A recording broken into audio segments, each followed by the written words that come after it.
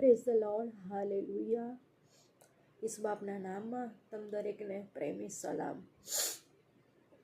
ખાસ આજે મારી તમારી સાથે એક વાત શેર કરવી છે અને એ ખૂબ ધ્યાનથી સાંભળજો, કારણ કે પ્રભુ ઈસુની આખરી ચેતવણી ચાલી રહી છે અને પ્રભુ ચાહે છે કે તમે દરેક જણ પસ્તાવો કરો, પ્રભુની પાસે આવો. જેમને જીવન ના સોંપ્યું હોય એ જીવન પોતાનું સોંપી દે, કારણ કે ઈસુ બાપ બહુ જલ્દી આવી રહ્યા છે.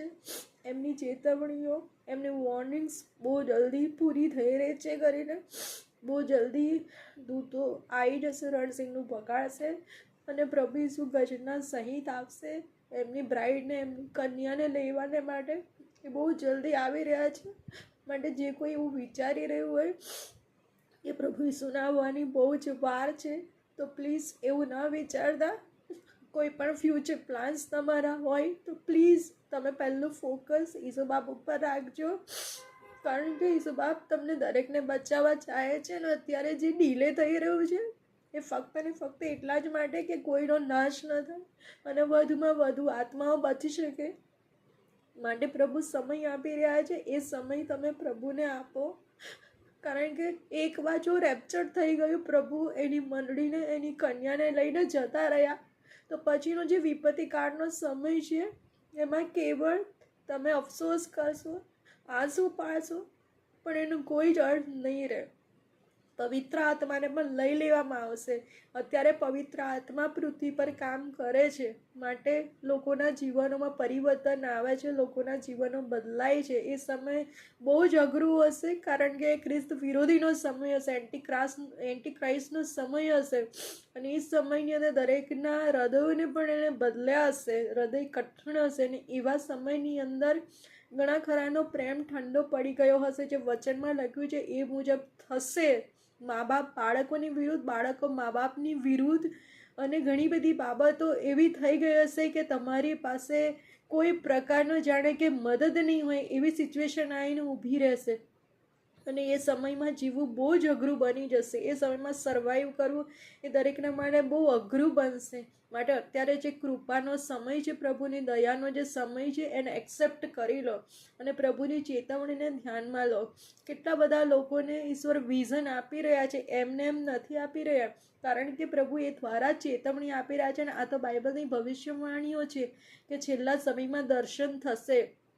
અને એ દર્શનો દ્વારા પ્રભુ જણાવવા ચાહે છે કે તમારા જીવનો પ્રભુને સોંપો અને પોતાના જીવનને બચાવો, તમારી આત્માને બચાવો અને બીજાઓને પણ બચાવવાની કોશિશ કરો કે એવા અઘરા સમયમાં રહેવું ના પડે.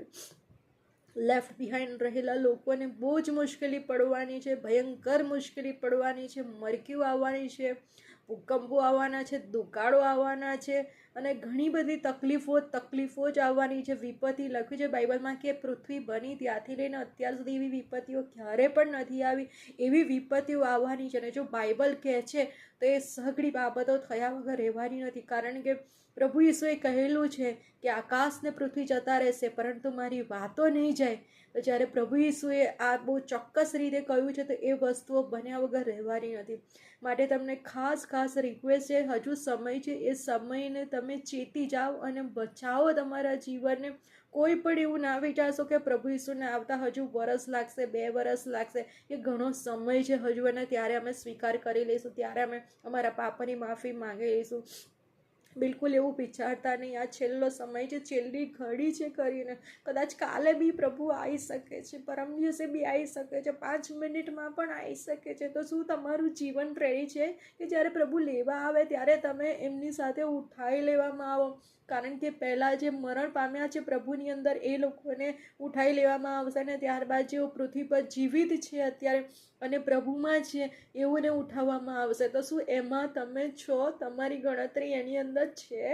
તમને સહેજ પણ આમ એવું છે, જરા પણ એવી આશા છે કે હા હું જઈશ પ્રભુની સાથે? શું તમારો આત્મા એ બાબત સ્વીકારે છે કે મારું જીવન એટલું છે એ પ્રમાણે?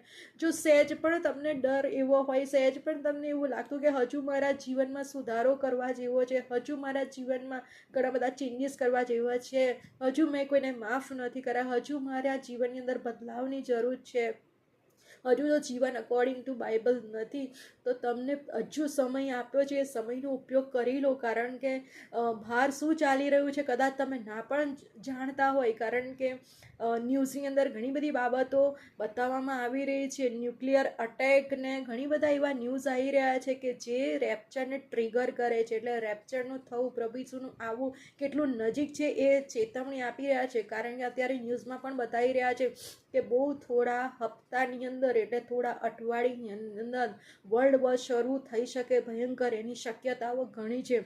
આ ન્યૂઝ કેમ બતાવવામાં આવે છે? કારણ કે પ્રભુ ઈસુનું આવવું નજીક છે અને વચનો, આ બધી જ બાબતો મેચ થઈ રહી છે. અને આ બધી જ બાબતોથી તમે જાણો કે પ્રભુ ઈસુ આવી રહ્યા છે અને આ વચનો પૂરા થઈ રહ્યા છે. માટે જરા પણ ડિલે કરશો નહીં.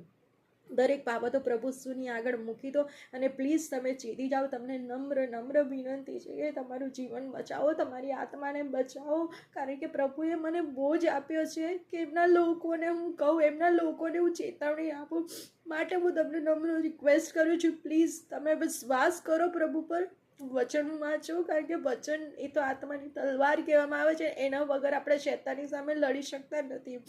માટે તમને રિક્વેસ્ટ છે કે પ્લીઝ તમે વચન વાંચો અને પ્રભુ તમારી સાથે શું વાત કરવા માંગે છે, કઈ રીતે વાત કરવા માંગે છે એ જાણો.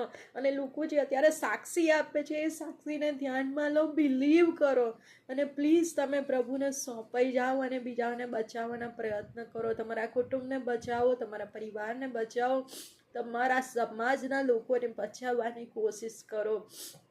ચાહે ક્રિશ્ચન હોય કે નોન ક્રિશ્ચન હોય, તમારાથી થાય એટલા પ્રયત્ન કરો. લોકોને સુવાર્તા આપીને લોકોને બચાવવાની કોશિશ કરો. કારણ કે આપણી પાસે જવાબ લેવામાં આવશે કે તમને મારું વચન મળ્યું હતું, તમે કોને જણાવ્યું મારું નામ. ત્યારે આપણી પાસે જવાબ હોય કે આપણે કેટલા લોકોને પ્રભુનું નામ જણાવ્યું.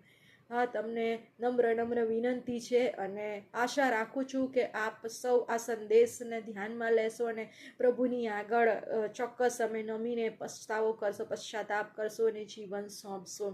Thank you Jesus.